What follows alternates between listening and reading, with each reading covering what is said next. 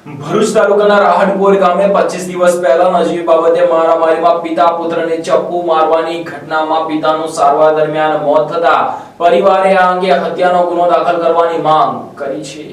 ભરૂચ શહેરને અડીને આવેલા રાહડપોર ગામે રહેતા 72 વર્ષીય મકસૂદ અહેમદ ઇબ્રાહીમ શેખ સાથે તેમના ઘરની પાછળ રહેતી મહિલા તેમજ અન્ય શખ્સ સાથે તકરાર થતા શખ્સે તેમને પેટમાં ચપ્પુ મારી દેતા તેમને ગંભીર ઇજાઓ થઈ હતી। આ દરમિયાનમાં તેમનું સારવાર વેળા 25મા દિવસે મોત નીપજ્યું છે। ભરૂચ શહેરને અડીને આવેલા રાહડપોર ગામે મુસ્કાન પાર્ક ખાતે રહેતા 72 વર્ષના મકસૂદ અહેમદ ઇબ્રાહીમ શેખના ઘરની પાછળ રહેતા સમીરા બાનુની સૈયદની માતા મનોદિવ્યાંગ હોવાથી તેઓ અવારનવાર ઘરના નળ ચાલુ રાખતા હતા। તેમના બંનેના ઘરની ડ્રેનેજ લાઇન એક જ હોવાના કારણે તેઓ ભરાઈ જતી હોવાથી તેમજ ભૂતકાળમાં પણ અનેકવાર આ બાબતે તેમની વચ્ચે તકરાર થઈ હોવાથી મકસૂદ શેખે પુનઃ સમીરા સાથે તે જ બાબતે ટોકી હતી, જેના પગલે મામલો ગરમાતા સમીરાનો પરિચિત સુહેલ ઇસ્માઇલ ડોલા અન્ય 2 શખ્સો સાથે ત્યાં આવતા તેઓએ મકસૂદભાઈ સાથે ઝઘડો કર્યો હતો।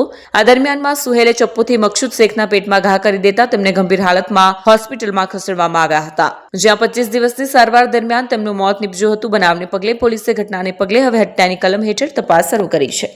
તારીખ 2/8/2025ના રોજ રાહડપોર ખાતે મુસ્કાન પાર્ક સોસાયટીમાં બનાવ બનેલ છે, જેમાં નજીવા કારણે ઝઘડો થયો હતો અને એમાં જે પાછળ રહેતી વ્યક્તિ લેડીઝ છે એણે એમના મળતિયાઓને બોલાવીને જાનલેવા હુમલો કરેલ છે અને મારા બનેવીને અને મારા ભાણેજને છરી ચપ્પુથી અને ગુપ્તીથી હુમલો કરી ખૂબ મોટી ઈજા પહોંચાડેલ છે, જેમનું આજની તારીખે તારીખ 27/8/2025ના રોજ મૃત્યુ પામેલ છે ઈજાના કારણે।